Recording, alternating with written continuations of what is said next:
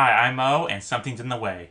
And I'm TJ, and the more you ignore me, the closer I get. And this is... It's still new to us, damn it! Welcome to It's Still New to Us, Damn It. I'm Mo, he's TJ, as you just said. And this is a show about two slobs watching every movie ever made to be interesting and hopefully invited to parties. Yeah, that's the main goal. That's the main goal, exactly. I've heard parties are fun. Me too. I've only seen them through the windows, you know. Yeah. Yeah. But it usually fogs From up. the shrubs? From the shrubs. Yeah. But it usually fogs up because I'm just breathing too heavily. Right. Yeah. Well, eventually you'll be able to share in that sweet, sweet party. Yeah. Oh, they have cupcakes. So fun. Only the best do. Only the best. I'm sure. Okay, so for this week's movies, we are watching Last England Days. is Mine. What? TJ, you're supposed to watch Last Days. Are you watching England is Mine instead? I thought it was England is Mine this week. Son of a bitch. Oh, well, I guess I don't have to watch that movie anyway. So, This has been... Dun, dun, dun. No, the show must go on, and we are professionals. Yes. Okay, no matter what anyone tells you in our comment section, we are professionals. Now, when we find out about it, could we have just watched the other movies? Yes, we could have done that. But it's more fun to do that like this way. We're going to cop out. We're going to cop out, I don't want to watch the other movie. Yeah, neither do I, okay? So we're just going to roll on with this thing. We're going to review both England is Mine and Last Days. Exactly. So deal with it. Deal with it. All right, so I admit I messed this one up. But you know what? I'm glad I did. Because now I don't have to watch Last Days. Yes. Even though we still have to watch the movies for our rankings. So. Shit. Yeah. We can lump these together. We'll see how similar we are in rating. And maybe we can... Shit. Yeah. Anyway, how do we want to do this? Well, I guess we can flip a coin. We can decide. Let's flip a coin on laptops because it's the 21st century. Okay, so we'll say heads is England is Mine. Tails is Last Days. Last Days. Let's see. Flip coin. Let's do it. Flip again. What we got? Tails. Last Days. Okay. All right, so I'll go first.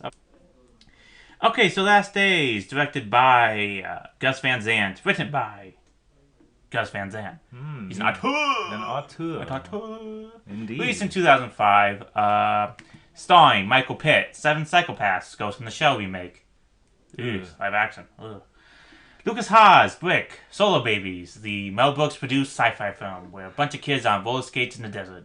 I'm sure Mel Brooks is proud of that. Trying to find an orb. That was a... I've never even heard of it. It's great. Luckily we found out that Mel Brooks is still alive, and if you call Mel Brooks, even though don't just like actually call him, but if you call Mel Brooks for something, he'll most likely talk to you and just tell you stories from old Hollywood. He is a gem. Yeah. Yeah, Mel Brooks is the man. That'd be great. I'd be like, Mel Brooks. I don't know what question should we ask Mel Brooks? What's the most absorbent yet affordable type of paper towel? Yes. That's actually a good question. Just ask him something like that. Yeah. What's the best way to get mildew out of my towel? That's true. Mm-hmm. It'd be fun. Yeah. Think he'll know the answer to that? Maybe. Yeah. I don't know. He's been alive for a long time. Yeah. He's got tons of life experience. That's true. Asia Argento, Marie Antoinette, and Triple X. Oh, the original with Vin Diesel? Yeah. Oh, okay. Yes. And Scott Patrick Green from Milk and Cthulhu, which I hope is actually about the mythical monster Cthulhu, which I don't know if it is. I would watch it as like some political drama. Yeah. That'd be fun. Yeah, Cthulhu is like some name for some project or some shit. Sure, that'd be funny. Yeah. Yeah. Okay, so this movie is about a guy named Blake who is... It's Kurt Cobain. That's this movie. Who was following around Kurt Cobain supposedly in his last days of life. Even though it's not really Kurt Cobain in his last days of life. But we're supposed to just believe that. So, this is basically that's the whole movie. We see Kurt Cobain walking. And walking. Make breakfast. Walking. I've always wanted to see Kurt Cobain make breakfast. And yes, it's true. They walk. Okay, then he talks to some people. Then he walks. Okay. Yeah, okay. Then he watches a music video. Then he walks. Yes. A lot of walking. He goes to a party or a concert. Then he walks. I'm confused, Michael. Yeah. Isn't this a musical biopic? Shouldn't it show the childhood Blake and the traumatic events that are the genesis for his creative outlets? Well, TJ, if you don't know the title of this movie, it's called Last Days. So it only covers not even last week, just the last days? Last days. The last days. The last days. The last days. Of Okay. Kurt Cobain, yes. Or Interesting. Blake. Yes. Blake. Interesting, yeah. What a lame name that is. Blake. Yeah. Why couldn't they just use Kurt Cobain? Courtney Love would not like it, and Gus Van Sant and Courtney Love are good friends. So Gotcha. they talked to her about it. But she was like, okay, fine, I won't do that. I'll just make it like I wish like he would have got lazy and it's been like Hut Cobain. Just change it to spell with the C. Yes. Oh yes, that's true. Yeah. Curtis Cobain. That would have been fun. Yeah, or Bobain or something like that. Well, I suppose out of respect to his friend, that's nice. That's nice. Yeah. So this movie, like, I understand. Okay, so Gus Van Sant is mostly known for gay cinema, or also very dramatic roles. Lone Private Idaho. He directed the shot-by-shot remake of Psycho. Yes. Yeah. So he makes movies for specific reasons. The reason why he made Psycho, he said, is because he wanted to show people that you can't make a remake. Like, remake's impossible. But I don't know if that's like really why he made it, or maybe this movie was just bad and he just came up with that excuse. If it's the former, I kind of respect the fact that he would spend millions of the studio's dollars to do that. Yeah, exactly.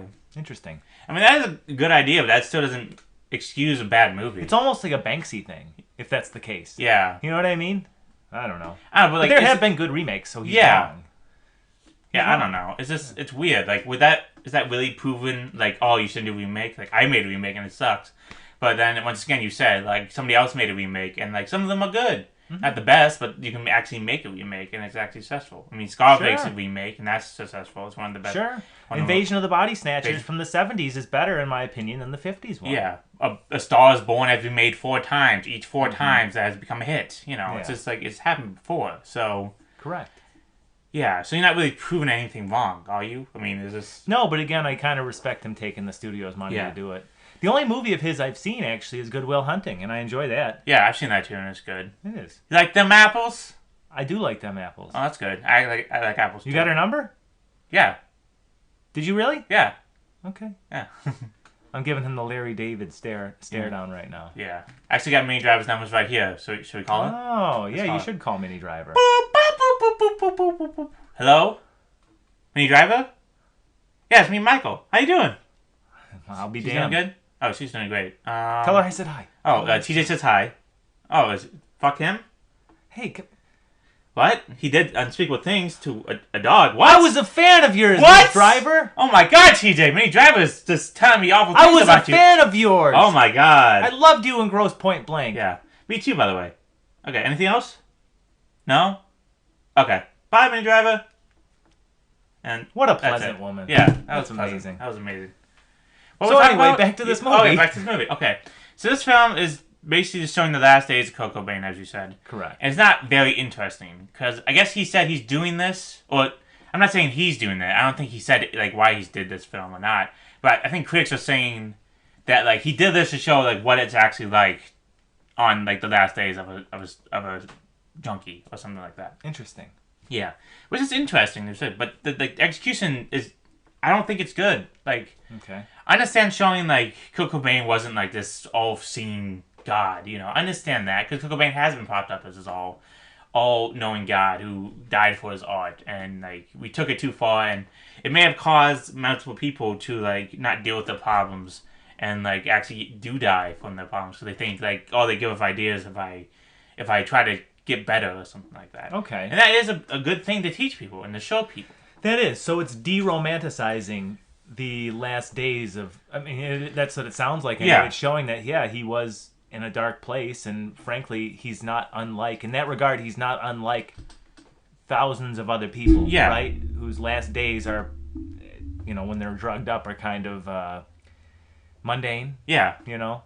That's the gist I'm getting anyway. Definitely. And I'll admit that is an interesting premise. That's good. Not sure I'd want to watch it. Yeah. But it's an interesting premise. True. And I didn't want to watch it. Yeah. Because it's boring. You're just watching, like, this is the whole movie. I'm going to explain the whole movie to you. Okay, so Blake gets up one day. He's in the woods. He's just walking around the woods. He swims. Then he dries his clothes off. Then he wakes up, goes to his house. And this is literally the whole movie. Okay, so he goes to his house. He makes breakfast. Okay, he puts them down at the fridge. He makes a bowl of cereal. And then he just... walks around the house some more, visits a yellow page salesman, comes to his door. He talks to the yellow page salesman for a little bit, passes out, messes with his friends, wakes up his friends with a gun in his hand. Wow. Yeah, but that's really has nothing to do with the movie. But he's pacing around, and then his friends wake up. They wonder where Blake is, and then Blake's still just running, like just going around the place, you know. For a moment, he watched the Boys to Men music video. So I don't know what that has to do with anything. I don't know. It's just like you see a whole Boyz II Men music video. Which song? On One Knee, I think it's called. Oh. And it's very cheesy, the music video. It's very bad. Okay. It's very weird. Everybody's crying. There's a message of somebody writing lipstick on the wall. And, like, it's really bad. It's just really cheesy. And that song's probably really good, but it's just, like, it's so bad, the music video.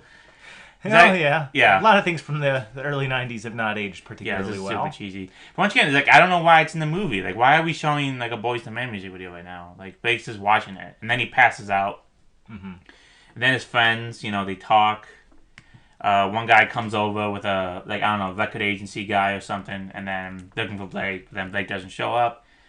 And then, I don't know, then we see Blake make macaroni and cheese, right? Then we see Blake, like, play a little bit, but not good. Mm-hmm. And then Blake messes around a few minutes, like, then he goes out, comes back home, kills himself. Oh. And then rises to heaven, and then friends leave. And that's the movie. Okay. There's no That's Dave it. Grohl? There's no Dave Grohl. Oh. We think, I don't know, there may be Dave Grohl. Like, there's one scene where, he's talking to his, like, bandmates, like, oh, you gotta go on this tour, man. Come on, we gotta do this. And then he just hangs up on them. That could have been Nirvana. Like, that could have been that. I would imagine. Yeah. And then some girls calling him on the phone. Like, one of the guy, I think Scott Patrick's character is talking to the girl. And she wants to talk to Kurt Cobain, but he won't let her. And that could have been Courtney Love. I don't know. They don't say. So. All right. Yeah. And then Kim Gordon comes, who's not Kim Gordon, but is like a record executive, and he calls him like a rock and roll sellout, or like, are you kids tired? And then you're a rock and roll sellout or something. And then she leaves. Because she tries to take Kurt Cobain with her, but no, she just leaves. Oh. Yeah. Okay. Yeah, and that's so it. it's a series of events they're on his last days. Yeah. Okay. Simple as that. And he did the assignment. The assignment worked. He did it. He did. It did not make it entertaining in my eyes. That does bring up something interesting, though. I can respect a movie for a piece of art and still not want to watch it and still not enjoy it as a movie. Yeah. Like, that is actually kind of an interesting approach he's taking. Like, with the whole, flipping the biopic on its head, de-romanticizing the whole, mysticism of what Kurt Cobain's final days would have been like, and showing you that he was, maybe a little strung out, and that's, again, not uncommon to people who aren't famous. Yeah. I can respect it. It's like a piece of art. Like, did you ever see the Daredevil show? Yeah. Remember the piece of art that Kingpin buys in, like, the first season? It's just a white canvas, and it's called Rabbit in the Snow. It's something like that, almost, Yeah. it reminds me of. But regardless, interesting concept. Glad I didn't watch it. Yeah. Now, do you want me to go over my movie, and then we can kind of do our final thoughts back and forth? Yeah. And trivia and whatnot? Yeah, we can do trivia, we can do reviews and everything like that, yeah. Okay. Well, we go from one totally non-conventional music biopic to another more conventional one. England Is Mine, is about the early life, pre-joining the Smiths of singer Morrissey. Ooh. Now, we are big Morrissey and mostly Smiths fans, but Morrissey fans in general, of his music. Yeah. Let's clarify, not the things that he says. No, yeah, we're There's huge a fans whole of his music. Watch Rest in Mojo peace. video, top 10 worst things Morrissey has said. So you can go look into that part of him if you want. I think he's glad the Queen... Well, of course he's glad the Queen's dead, but you think he celebrated? Think he had a party? I don't think so. Yeah. Morrissey's like us. He doesn't get invited to parties. Do you think he's finally happy that the Queen's dead? No. No? Morrissey will never be happy. Morrissey will never be happy, and I do actually think that this film kind of reflects what he probably sounded like as an angsty teenager. Yeah. But this movie, like I said, England Is Mine, from 2017, directed by Mark Gill. Mo usually looks up all their other credits. I have no idea what Mark Gill has done. I don't know if he's done much else. Oh, shit. But it's starring Jack Lowden as Morrissey, Jessica Brown Findlay, who I know that name, as artist Linder Sterling, who was allegedly a friend of Morrissey when he was young. Laura Kynaston. Yeah. I don't know. It's kind of a whole bunch of nobodies. Like Johnny Marr. Yeah. Oh, yeah. Duh. He played Johnny Marr, who's the guitarist for the Smiths. Yeah. A synopsis for this movie: asocial teenager in the 1970s, Stephen Patrick Morrissey. He spends his nights attending concerts and his days writing poetry and scathing music reviews. In the midst of his parents' estrangement, he slumps into a bitter depression, and although he seeks companionship with his peers, he seems unable or unwilling to relate to them. He gets a clerical job to help support his mother financially, but he feels the work is below him. And he consistently skips out on shifts to hang out with his artist friend, Linder Sterling, who encourages him to follow his dreams of joining a band as a singer. With Linder's help, Steven joins the Nosebleeds, a punk band featuring later the Cult guitarist Billy Duffy. However, when Duffy breaks off and goes solo, Steven's dreams of being a star singer are dashed, and he reluctantly returns to a life of insignificance. That is until one day when a young guitarist named Johnny, whom Steven had met in passing previously, shows up and asks him about starting a new band. The two agree to meet at Johnny's the next day at 1, and the film ends with Steven, with a freshly coiffed hairdo, ringing the doorbell at Johnny's house. In the end, no hilarity ensues, and heaven knows I'm miserable now. Great synopsis. Yes, thank you. When Johnny Marr came, was it like a light in the backdrop where he's like, he answers the door, it's like, hi, I'm Johnny, and then it's like, well, yes and no, I guess. They actually meet in passing. It's shown they meet in passing at a Patti Smith concert. When he meets Billy Duffy, Johnny Marr is hanging out with Billy Duffy, and then later Johnny Marr shows up at Morrissey's house, and when Morrissey answers the door, it is kind of like really bright outside, so I guess there's some bit of that. This is an interesting biopic because they did not have the blessing of any members of the Smiths or Morrissey himself to use any of their music. Yeah. In fact, you probably see Morrissey sing for about a minute and a half in this movie. A minute and a half. Sounds and that's great. with his the band The Nosebleeds. I mean, I'm not going to say that it's a negative per se. You could probably make a biopic and make that work. In fact, I think a lot of biopics, like Sid and Nancy, for instance, kind of suffer. Even a little bit Bohemian Rhapsody, they kind of suffer when the person's supposed to be singing as somebody else, and it either sounds really bad or just like really way too dubbed over. Yeah. What do you want? Do you want them just like to sing the songs like themselves, or you want them to be just like recordings of the original artist and just lip singing? I kind of want what Love and Mercy did. Yeah. I read just recently, or I saw maybe on a YouTube video, I can't remember, they had Paul Dano's voice mixed with Brian Wilson's for any time he was singing. Yeah. And I think that's pretty cool. That's cool. I think that sounded more authentic, more organic in the movie. To be honest with you, the actor that plays Morrissey does a good job sounding like him when singing. And that scene is not a problem to me at all. Mm-hmm. It's interesting to see a music biopic with basically no music. Yeah. It is an oddly generic biopic in that regard. It's somewhat formulaic, where you have the family life falling apart and him kind of wallowing in his own sadness. But I will say, acting was good. Mm-hmm. The photography was good. The mise en scène was good. It was a competently made movie, but it was just so damn generic that it's hard to care about it. Yeah. Well, yeah, isn't that the thing about these movies, though? Like, we don't care about, like, how, like the beginning or, like, the end. We just care about the middle, kind of. Because I care about the Smiths more than Morrissey's, like, early teen years. Agreed. If they would have made a movie about, like, the Smiths themselves, I would have watched that movie, because that's more interesting. Agreed. Yeah. And not to sound like a pretentious dick or anything, but I try and a biopic I think should kind of justify what it's its existence. Like, what is it trying to say about this artist?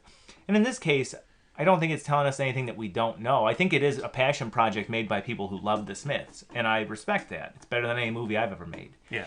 But anybody who knows Morrissey knows that he is a drama queen. Yeah, he grew up in, a poor, he wasn't like rich, grew up in but I don't think he necessarily suffered like, the poorest of the poor did. Yeah, It's more about somebody who's a loner. He's got so many opportunities to just not be a loner, but he kind of forces it on himself because he kind of thinks he's better than everybody. Which he still thinks. Yes. There's a lot of voiceover, like a lot of, I won't even say narration, but it's like voiceover of Morrissey basically reading his journal, like his music reviews that he would send to Enemy or whoever it was. and here I'll just read one. I'm not gonna do a bad Morrissey impression, but like this is one of the big ones. I think this might have even been the opening lines. It says, "Life, in its humdrum sense, is worth avoiding. It's the factory for father and the kitchen for mother. It's arguments at the dinner table, missing children on the news, and through it all, a sense that things are slowly falling apart." This is basically how his songs ended up being. Yeah. Right. And we love those songs. And we do love those songs. And actually, I think he's a wordsmith. He really is. He's a very smart individual. Yes. He reads Keats and Yeats and Cemetery Gates. He does. Yes. He does. Is it... I guess the one thing that this movie might be asking, actually, is does Morrissey bring the lonership on himself, or is it, his fault? Yeah. Does he bring it on himself, rather, or is it, man versus society? Is it man versus man or self? Yeah. Man versus self or man versus society? Yeah. I don't really know, to be honest with you. Yeah. Do we see like really young Morrissey like growing up where he's like probably being bullied in school or anything like that? Nothing like that. That's like half his songs though. Like Headmaster's Ritual. That's one. But he does talk about his public schooling, yes, but no, you don't see any. There's no young Morrissey or anything. Yeah. Which might not necessarily be a bad thing. It's a short movie too. It's only 94 minutes, which I think is a strength of it. If you can't branch off into the Smith stuff, you got to keep it as brief as possible. True. And they do. It sounds like it was an easier movie to watch than yours. Yeah. But it definitely played it safer, and it was definitely just, very generic. Yeah. Yeah. So like I think that's what like. Well, so what do these two films have in common mostly? It's both biopics about artists. One we lost during his prime, the other one that's still around, but we didn't really get a lot of. So, we'll see a lot of. I don't know what I'm saying. So, okay, so like I think that's the problem with these two movies. Like, we want to see the meat. As I said, we want to see the meat. We want to see how the Smiths was formed and like all the trauma they went through and how Morrissey pissed off Andy Warwick and Mike Joyce, we want to see, like, how Kurt Cobain got this downfall, because, like, I was watching an interview, or, like, I heard a podcast where Dave Grohl was talking about how Nirvana was setting up meetings with, like, record executives when they first released the album. And Kurt Cobain said, "I want to be the biggest band in the world." That's what he said. And I used to think that Kurt Cobain didn't want to be the biggest band in the world, and that's why his downfall. But maybe he got that, and we're just showing that he didn't want that anymore. Like, he thought he did, but it turns out he didn't, and then downfall. I wanted to see that. Like, I want to see him get big, and then he realizes, oh no. Be careful what you wish for. Be careful what you wish for. But we didn't get that in this movie. We just got Kurt Cobain walking around for like 3 days, interacting with people, and then dying, unfortunately. Yeah. Similarly, it would have been nice to see Morrissey when he hits those highs and realizing that it doesn't make him happy. And, this is just the tip of the iceberg for the villain origin story. Yeah. If you will. I think you're right. There's a lot of meat missing, which, again, I think can be done in interesting ways. Like I said, I think your movie has some more to say. It's not within the actual context of the movie. It's outside of that context. It's, again, comparing someone who's that rich and famous, or at least that famous, to no names. Yeah. I do think it says more, based on what you've told me, than England Is Mine does. But England Is Mine admittedly sounds like the more entertaining watch. Yeah. Even if it's not. Okay, so I actually got Ebert's review of England Is... Well, Ebert died, unfortunately, like...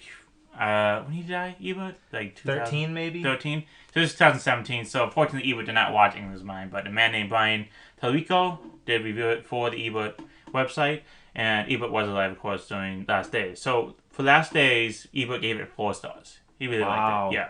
He basically said that positives of what we were saying, like it shows real life, Which I think it's what the cameras, but like that's the thing about like cinema. Should it show real life or should it show like the legend, If people want to watch the legend, they don't want to see real life. So maybe that's why this movie didn't get like the press that it deserved or wanted, Or maybe Gus Van Sant's Psycho is the reason that it didn't get the press that it wanted. That's true. Okay, so 4 stars. Quote, Gus Van Sant has made 3 movies in which the camera follows young men as they wander toward their deaths. All 3 films resolutely refuse to find a message in the deaths. No famous death can take place in our society without being endlessly analyzed by experts, who find trends, insights, motives, and morals with alarming facility. It is brave of Van Sant to allow his characters to simply wander off, in John Webster's words, to study along silence. End quote. Then this is the last paragraph. Quote, Last Days is a definite record of death by gradual drug exhaustion.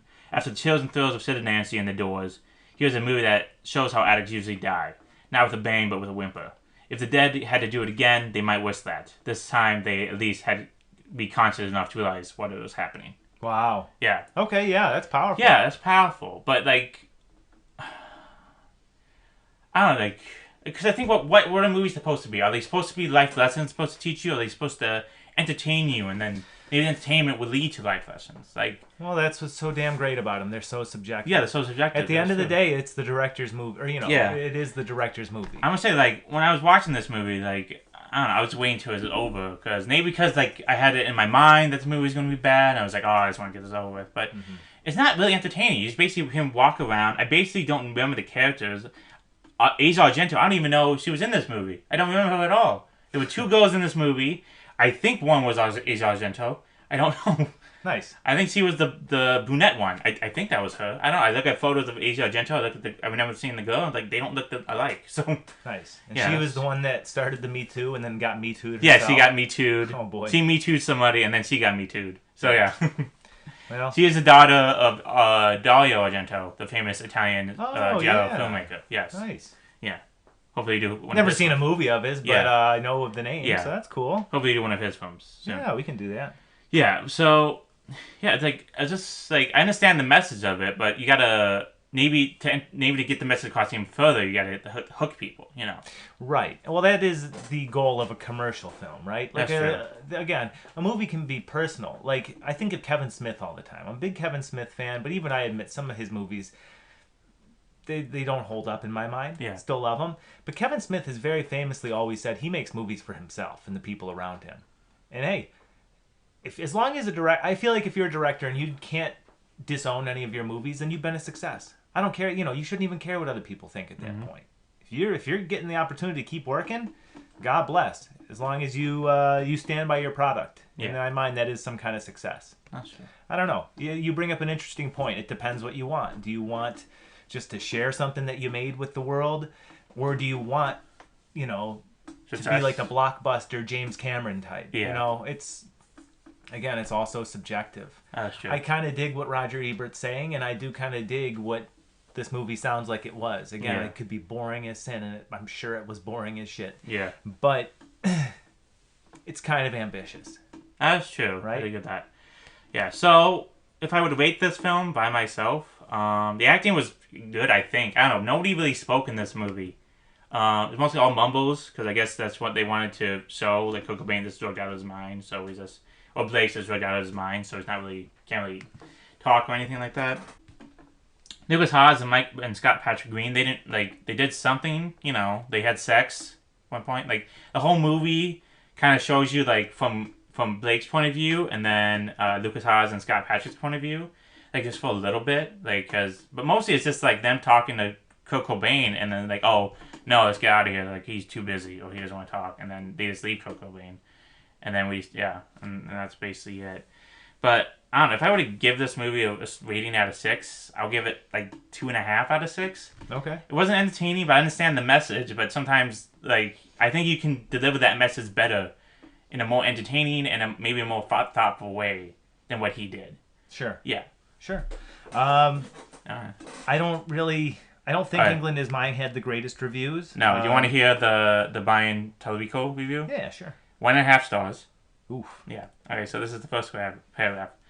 Quote, in 1982, Johnny Marr, Andy Warwick, Mike Joyce, and a young man named Stephen Patrick Morrissey formed a group called the Smiths.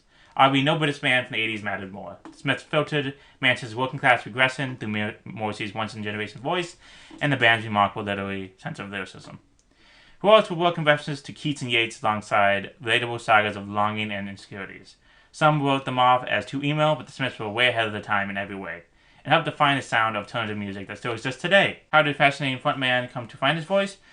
There's clearly a biopic in Morrissey's true story. You can hear it in the timbre of his voice and the wit of lyrics. However, it is not England is Mine, a flat, disappointing drama that casts Morrissey as a mopey teenager. The man who wrote How Soon Is Now deserves better. End quote. That was really long. So he was not a fan. No, he was not a fan. Well, No. Yeah, I mean, I can't say that he's wrong. Yeah. This isn't somebody bashing The Godfather here. True. He also says, quote, to say that Gil's opposed to Morrissey's life is muted would be an understatement. Catching Manchester's working class drudgery in such a flat terms not only feels like an artistic flawed approach to Morrissey's origin, but it doesn't feel even that genuine. Everything in this movie is very muted, even like the color scheme. Everything seems gray and just meh, like a rainy Sunday day. Yeah. Listen, I don't, out of 6, this is tough because I didn't hate watching this movie. Yeah. It's just a movie I'll never revisit. It didn't teach me anything that I didn't know, really. Yeah.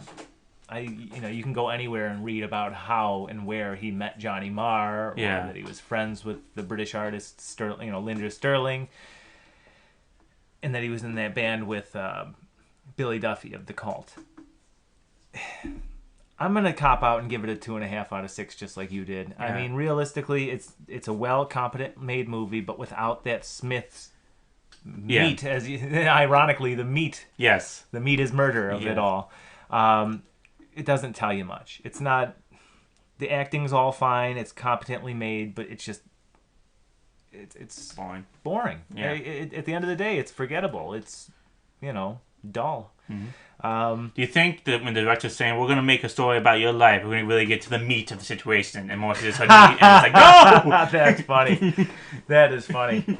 I really wish that they would have had one more scene at the end of this where, it's kind of funny. Throughout the movie, his hair changes. He's like evolving like a Pokemon. And for the most part, it's all long. Like, I'm sure I'm sure that's real. He did have that when he was a teenager. And then once his band, the Nosebleeds, doesn't work, he cuts it all off, and it's always just matted down, and nothing fancy because he's sulking around his room all day. It's like bedhead, basically. And then when he has that meeting with Johnny Marr, and it like kind of perks him up and gives him some hope. By the end of the movie, you see it like through this like not opaque, translucent type of glass. You can see the silhouette of the Morrissey pompadour, well coiffed hair. So it's like he's finally transformed at the very end of it. Which was funny, but I wanted one more scene of Marr, in Morrissey's room, tuning the guitar, Morrissey warming up his vocal cords, and I wanted Johnny Marr to say, "So, what do you think we should call ourselves?" And Morrissey to turn and look at look at him and say, "The Cure." Cut to black. Yeah. But yeah. Do you think he looked at the comb and it was just like, it's time for a change? And then there should have been a montage. There should have been a montage of him trying out haircuts. And he was like, no. He has the Flock of Seagull haircut before the Flock of Seagulls, and it's like, then he finally gets the pompadour. It's like, perfect. That would have been so damn funny. Yeah. I wish this movie would have basically been like an early 2000s like sitcom where it's like just lots of jump, like a Malcolm in the Middle, like he turns to the camera and starts like narrating sometimes, like, oh, these people are such dull, such dullards, like when he's at a party and turns back. That would be funny. Yeah. But there was a blown opportunity. That's true. 2.5 out of 6. I'm comfortable with that. Okay. Also, do we have any Red Buttons MVPs? No. No. Okay. Everyone's fine, but no one stands out. It could be a place too. It does not have to be a person. It could be anything in the movie, if you can remember. Literally nothing. Literally nothing stands out. I hate to say it. There's one cool thing, I guess, where there's a repeated, maybe 3 times they do it, overhead shot of an ocean, and for like the first 2 times that you see it, one, quarter of the way in, or 1/3 of the way in, 2/3 of the way in, it's super turbulent water, and I guess it's supposed to symbolize Morrissey's, his fidgetiness or his anxiety, whatever. Yeah. At the very end, the last scene of the film shows calm waters. No red buttons MVP. No. Sorry, I tried. For me, I'm gonna give my red buttons MVP to Thaddeus A. Thomas, who was a real Yellow Page salesman who wandered into the set one day and tried to actually sell the Cascus ad space, and Gus Van Sant put him in the film. So that scene where when Blake meets the salesman, he's a real guy. And then there's actually, I think, like a funny scene in the movie. That's pretty cool. Yeah. So I'm going to give it to him. All right. MVP. I like it. Definitely. Okay, let's go through everything else, shall we? So this film was released in 2005, last days. It was awarded the Technical Grand Prize in the Cannes Film Festival 2005. And was nominated for an Independent Spirit Award for Best Cinematography. And I must say, this film was shot really well. I mean, wide open spaces, really calm. There was one shot where we see Blake through a window, and it just zooms out, and you just keep on hearing noises he makes from like guitars and drums and everything. It was shot really well, and it was really great. Really great shot. So yes, nice. I would agree with that. Oscars for that year was not nominated for any Oscars because nobody really saw it. Crash, which won. That was Crash year. Brokeback Mountain, Capote, Good Night, Good Luck, and Munich. Okay. Yeah. Top 10 films 2005 was 1. Star Wars Episode 3, Revenge of the Sith. Okay. 2. Harry Potter and Goblet of Fire. 3. War of the Worlds, the remake. 4. The Chronicles of Narnia, The Lion, Witch, and the Wardrobe. Kind of wish it wasn't the remake of War of the Worlds. I wish they just re-released the original War of the Worlds, and it was like, oh, everybody loves it. Nice. That would have been fun. Yeah. Yeah. 5. Wedding Crashers. 6. Charlie and the Chocolate Factory. Yeah. 7. Batman Begins. 8. Madagascar. 9. Mr. and Mrs. Smith. And 10 is Hitch. Charlie and the Chocolate Factory outgrossed Batman Begins? Yeah. Domestically, yeah. Surprising. Yeah. Okay, so this is the top 10 for 2017 for England is Mine. Number 1, Star Wars, Episode 8, The Last Jedi. Wow. So, still. Come full circle. Star Wars is still number 1. 2, Beauty and the Beast. 3, Wonder Woman. 4, Guardians of the Galaxy Volume 2. 5, Spider-Man Homecoming. 6, It. 7, Thor Ragnarok. 8, Despicable Me 3. 9, Logan. And 10, The Fate of the Furious. Not as much as really changed. Yeah, not changed, no. As I would have expected. I think the only original films are Wedding Crashers and Madagascar and Hitch. Mr. and Mrs. Smith, I thought was a remake of an Alfred Hitchcock film. It is not. The Alfred Hitchcock film is a comedy, which only did one comedy, and that was it. And I really like it. Is it good? Yeah. Yeah, it's called Mr. and Mrs. Smith, but actually it could have been just a remake of that, but they said instead of doing comedy, they did action. Maybe. Yeah, so yeah. So really nothing has changed in Hollywood. It's like nothing changed in life, you know. Yeah. Everything's a nightmare. That's right. There's no hope at all. None. I don't know. Do you have any fun facts about England is Mine? There are literally 4 trivia bits on IMDb here, and none of them are worth noting. But I will say one thing I found interesting is that the star, Jack Lowden, who plays Morrissey, didn't know anything about Morrissey when he was cast. So Mark Gill, the director, told him, don't find out too much about him. Don't read his autobiography or watch old TV appearances, which I think is perfect.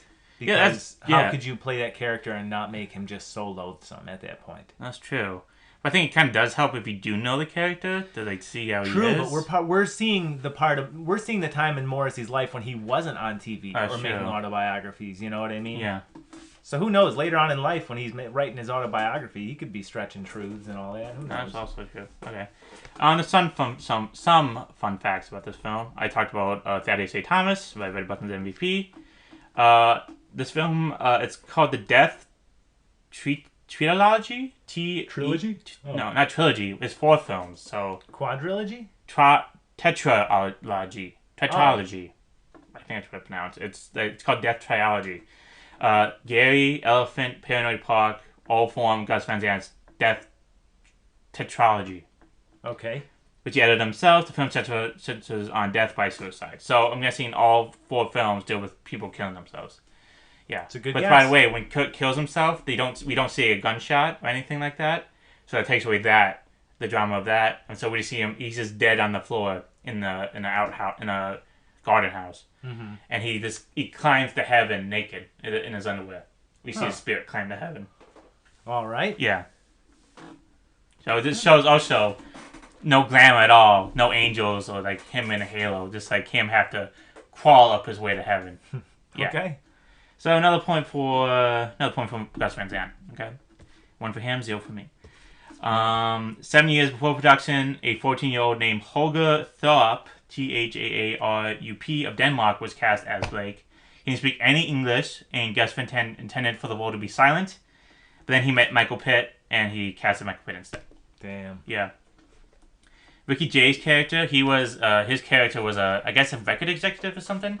I don't know, he came with this guy named Donnie or Dennis, and he just followed him around looking for Blake. And he told this story about a magician who, his trick was to catch a bullet with his teeth.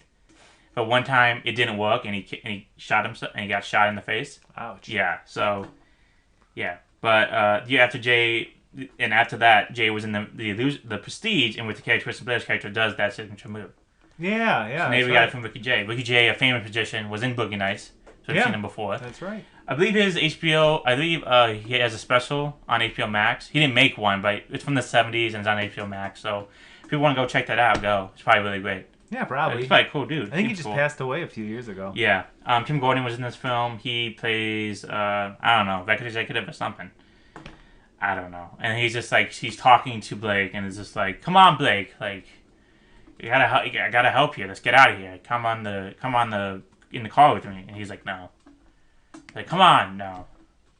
Okay, and then she leaves. All right. Yeah, that's it. That was Kim Gordon's role. And Mormons come. I say that was also funny because like, these Mormons come to the door and they're just like, we want to talk to you about religion. And Patrick character and Lucas character is like, okay, fine. And they just talk to him for a little bit.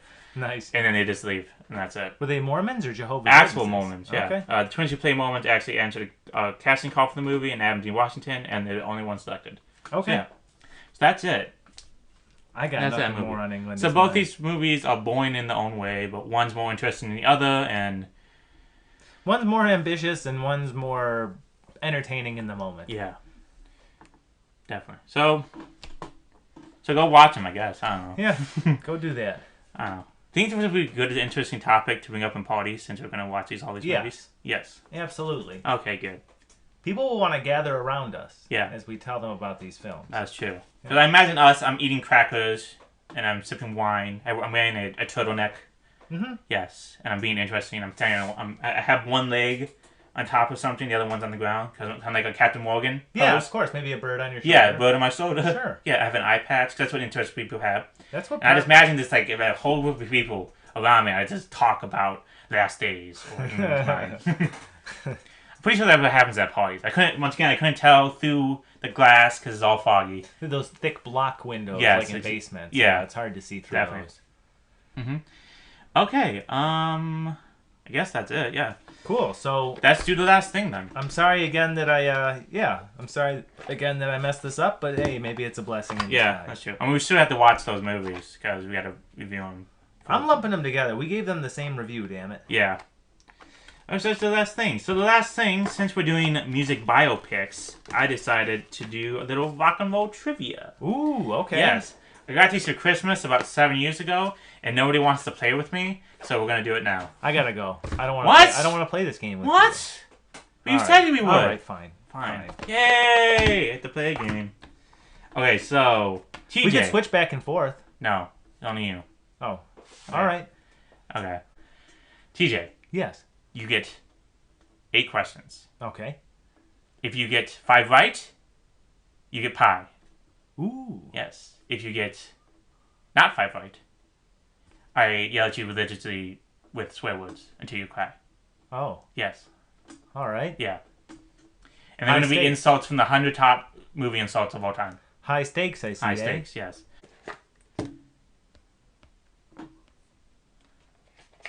Okay, first question. Dun, dun, dun, dun. Rock and roll. Patricia May Andrzejewski is the real name of which rock star? A. Pixie Lott. B. Patti Smith. C. Paloma Faith. D. Pat Benatar. Can you repeat the name? I'm sorry. Patricia May Andrzejewski. Andrzejewski. I'm gonna guess Pat Benatar. Correct. Hey, you get one right. Just safe for now. Okay, let's do this one. Question number 2. Hall of Fame was 2012 hit single for which band? A. Imagine Dragons. B. Mumford & Sons. C. One Republic. D. The Script. Can you repeat the question one more time? I'm sorry. Hall of Fame was a 2012 hit single for which band? A. Imagine Dragons. B. Mumford & Sons. C. One Republic. D. The Script. No. The Hall of Fame. Oh, that's an interesting question. Yes. See, I'm just kidding. What were the choices? The third and fourth. Sorry. Third and fourth? Yeah. C. One Republic. D. The Script. One Republic. Fuck. The Script. Damn it. I knew it wasn't the first two. Okay, next question. All right. That's what we got. Oh, okay. Do this one. Do this one here, will you? Okay. I'll do this one. So I can't see the answer. What was the popular nickname for John, Paul, Ringo, and George? A. Sgt. Pepper's Lonely Hearts Club Band. B. The Fab Four.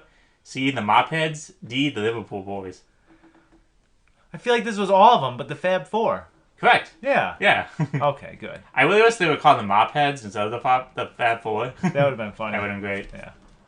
All right, cool. Okay, so you get 2. You got 2. 2 out of 3. All The right. more you get pie, and the more you get wrong, I swear at you very, very loudly until you cry. Okay. Yes. The Animals' hit House of the Rising Sun is about which city? Atlanta? A. B. Boston. C. San Francisco. D. New Orleans.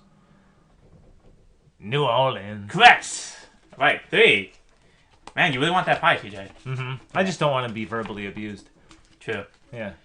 I mean, you already were when you were a child, so, you know. Wow. Yeah. Just brought up all those bad memories, Yes. huh? Okay.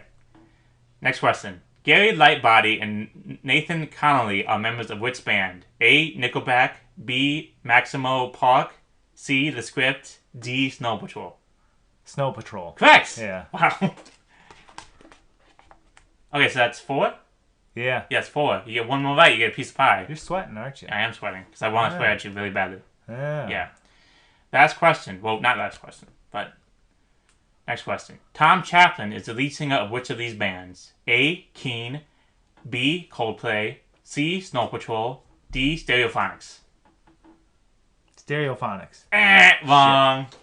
Alright, so close. So that's how many questions? I only have 2 wrong, so I have 6. 6. I have So you get 2 more chances. 2 more chances. Yep. 2 more chances. Oh man. So excited. So excited. Starting to sweat here. Okay. What is Meatloaf's real name? A. Stephen John Maker. B. Michael Paul Finch. C. Michael Lee Ade.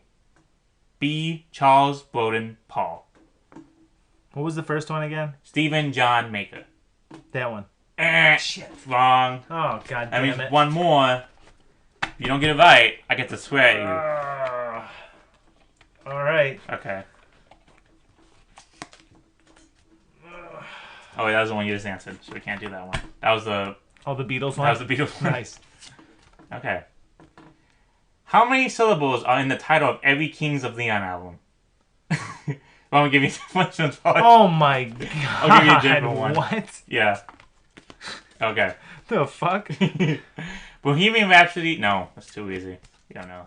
Queen. Which band said that they wanted to make music for girls to dance to? A. One Republic. B. Vampire Weekend. C. The White Stripes. D. Franz Ferdinand. Jesus. What was the first choice? A. One Republic. One Republic. Fuck! Wrong! Franz Ferdinand, you fucking God idiot! damn it, I was gonna say that too.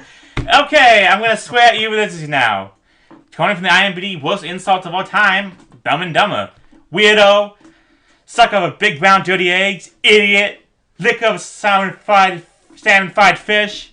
Moron. Raid of the lost fart. Rump roast.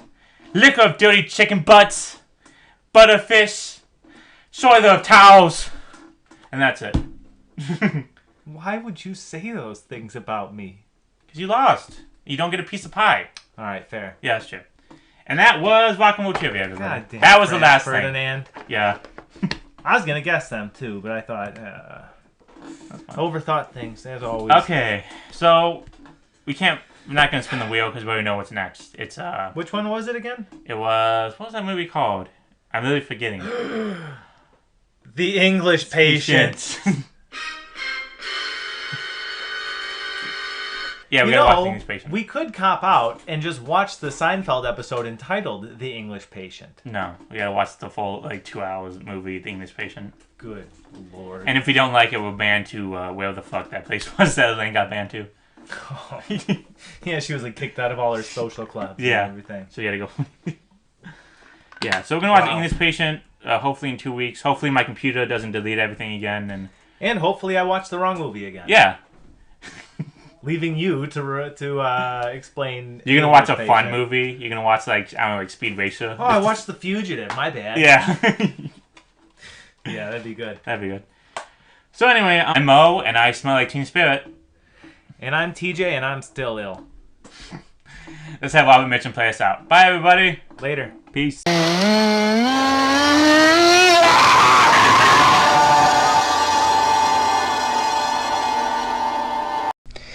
If you like this podcast, please like, subscribe, and rate us. If you don't like this podcast, then get out of here. Get. You can follow us on Twitter, on Facebook at It's Too New to Us, and Twitter, _Damn It. Thank you for listening. Please enjoy next time.